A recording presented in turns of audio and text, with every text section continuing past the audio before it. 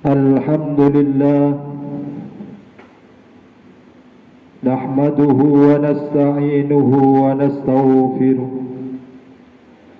wa na'udzu billahi min shururi anfusina wa min sayyiati a'malina. Man yahdihillahu fala mudilla lahu wa man yudlil fala hadiya lahu.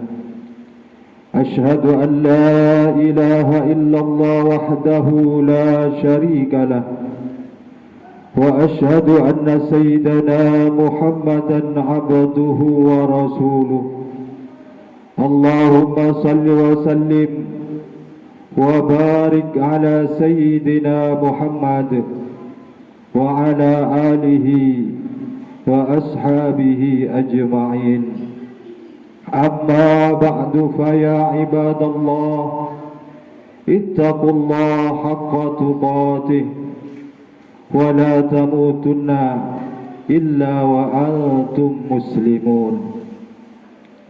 Hadirin jemaah salat Jum'ah rahimakumullah, marilah kita bersama-sama bertakwa kepada Allah, takut kepada Allah dengan cara imtithalu awamirillah, menjalankan segala perintah Allah, wajtinabun nawahihi, dan menjauhi segala larangan-larangan Allah subhanahu wa ta'ala. Sebab kemuliaan seseorang di sisi Tuhannya dinilai dari ketakwaannya kepada Allah subhanahu wa ta'ala. Inna akramakum indallahi atqakum. Sungguh orang yang paling mulia di sisi Allah adalah orang yang paling bertakwa di antara kalian. Jadi manusia bisa dianggap mulia bukan karena hartanya, bukan karena pangkat dan jabatannya, bukan karena bentuk dan rupanya, melainkan karena ketakwaannya kepada Allah subhanahu wa ta'ala. Hadirin yang dimuliakan oleh Allah subhanahu wa ta'ala, selama bulan suci Ramadan kita telah ditempa dan dilatih untuk menjadi pribadi yang bertakwa atau takut kepada Allah subhanahu wa ta'ala. Kita tidak makan dan minum di siang hari karena semata-mata mengharap ridha Allah subhanahu wa ta'ala. Kita tidak melihat kepada perkara yang haram, tidak membicarakan hal yang haram, dan semua larangan Allah kita jauhi. Marilah kita bawa rasa takut ini hingga kita mati. Krisis kita saat ini adalah krisis tidak adanya rasa takut kepada Allah subhanahu wa ta'ala. Andai seorang suami takut kepada Allah, niscaya dia tidak akan menyia-nyiakan istri dan anak-anaknya. Andai seorang istri takut kepada Allah, maka dia tidak akan berani mengkhianati suaminya. Jika seorang anak takut kepada Allah, niscaya dia tidak akan berani durhaka kepada kedua orang tuanya. Dan jika seorang pemimpin, seorang pejabat takut kepada Allah, maka mereka tidak akan berani menyengsarakan dan mengambil hak rakyatnya. Hadirin jemaah salat Jum'ah rahimakumullah, bulan Ramadan telah usai, tetapi semangat Ramadan tidak boleh usai.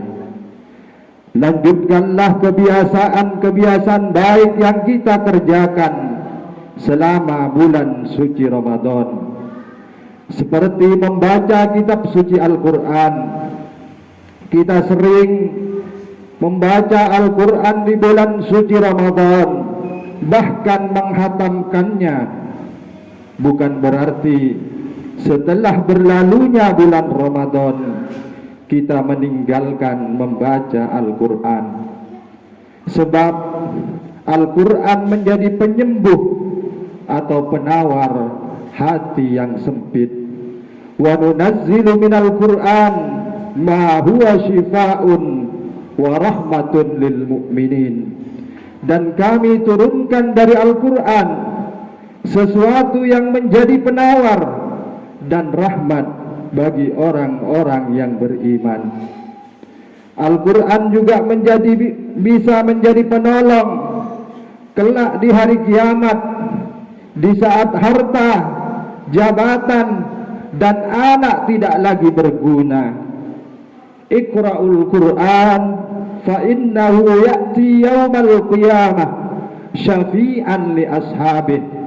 Bacalah Al-Quran, karena sesungguhnya dia akan datang pada hari kiamat sebagai penolong, sebagai pemberi syafaat kepada orang-orang yang membacanya.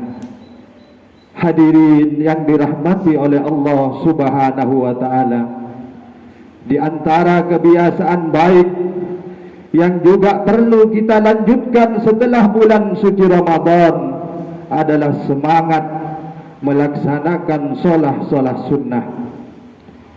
Selama bulan suci Ramadan kita terbiasa melakukan solat sunat, meskipun dalam hitungan rakaat yang banyak, seperti solat sunnah tarawih. Setelah bulan suci Ramadan berakhir, kita lanjutkan dengan solat sunat rawatib, duha, tahajud, dan lain sebagainya. Di bulan suci Ramadan kita juga terbiasa menyambung tali persaudaraan, tali silaturahim dengan tetangga, teman, sahabat dalam tarawih dan tadarus. Setelah bulan suci Ramadan, tali persaudaraan, tali silaturahim itu tidak boleh putus. Rasulullah sallallahu alaihi wasallam pernah bersabda, la yadkhulul jannah qati'ur rahim. Tidak akan masuk surga orang yang memutus tali silaturahim. Sedangkan orang yang menyambung tali silaturahim akan membawa kebaikan-kebaikan.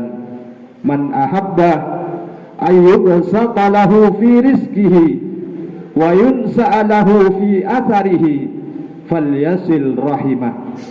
Barang siapa yang ingin dilapangkan atau dimudahkan rizkinya dan dipanjangkan umurnya oleh Allah Subhanahu wa ta'ala, maka hendaknya dia menyambung tali silaturahim.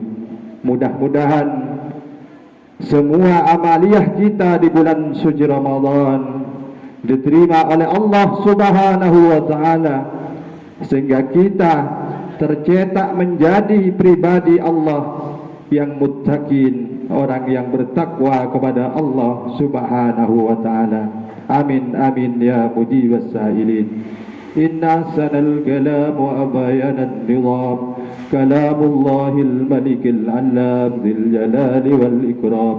Wallahu subhanahu wa ta'ala yaqulu wa biqawlihi yahtadil muhtadun. A'udzu billahi minasy syaithanir rajim. Wal 'asri innal insana lafi khusr illa alladhina amanu wa 'amilus solihati wa tawasaw bil haqqi wa tawasaw bis sabr. Barakallahu li wa lakum fil Qur'anil 'azim wa nafa'ani wa iyyakum bima fihi minal ayati wa dzikril hakim. Fataqabbal minni wa minkum tilawatahu innahu was-sami'ul 'alim. Aqulu qawli hadha wa astaghfirullahal 'azim li wa lakum wa lisairil muslimin fa ya fawzal mustaghfirin wa ya najat at-taibin. اللهم صل وسلم وزد وعظم وأنعم وتفضل وبارك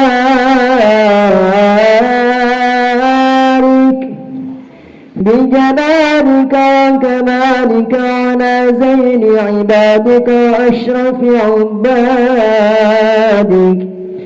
سيدنا حبيبنا شفيعنا مولانا محمد ورضي الله تعالى عن كل الصحابة أجمعين.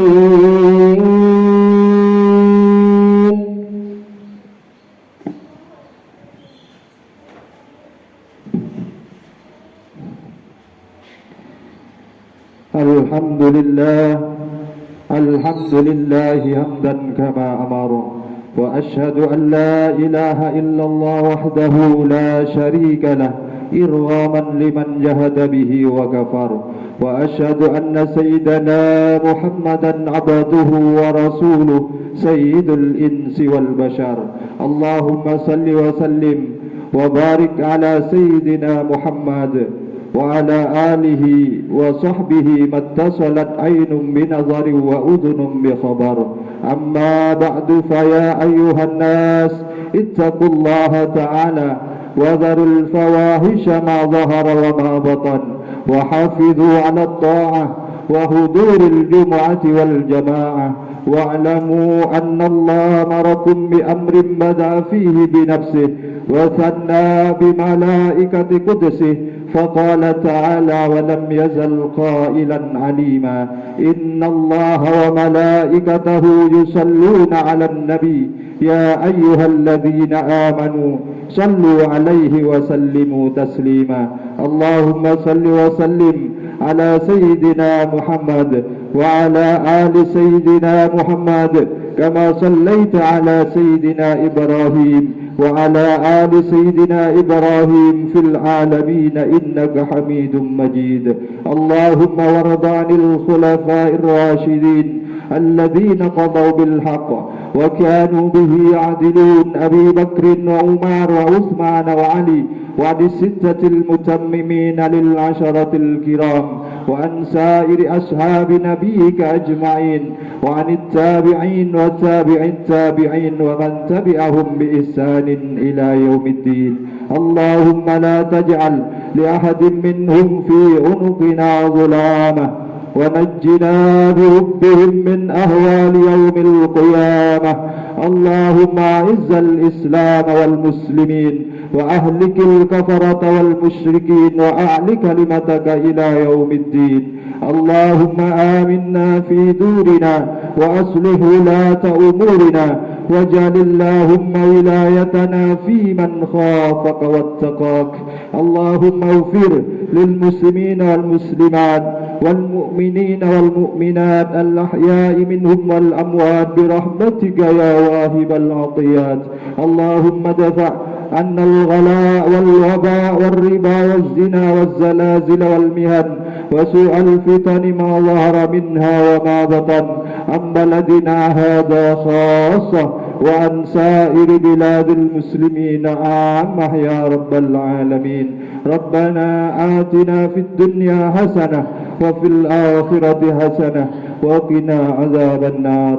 عباد الله إن الله يأمر بالعدل والإحسان وإيتاء ذي القربى وينهى عن الفحشاء والمنكر والبغي يعظكم لعلكم تذكرون. فاذكروا الله العظيم يذكركم واشكروه على نعمه يزدكم واسألوه من فضله يعطكم ولذكر الله أعز وأجل وأكبر.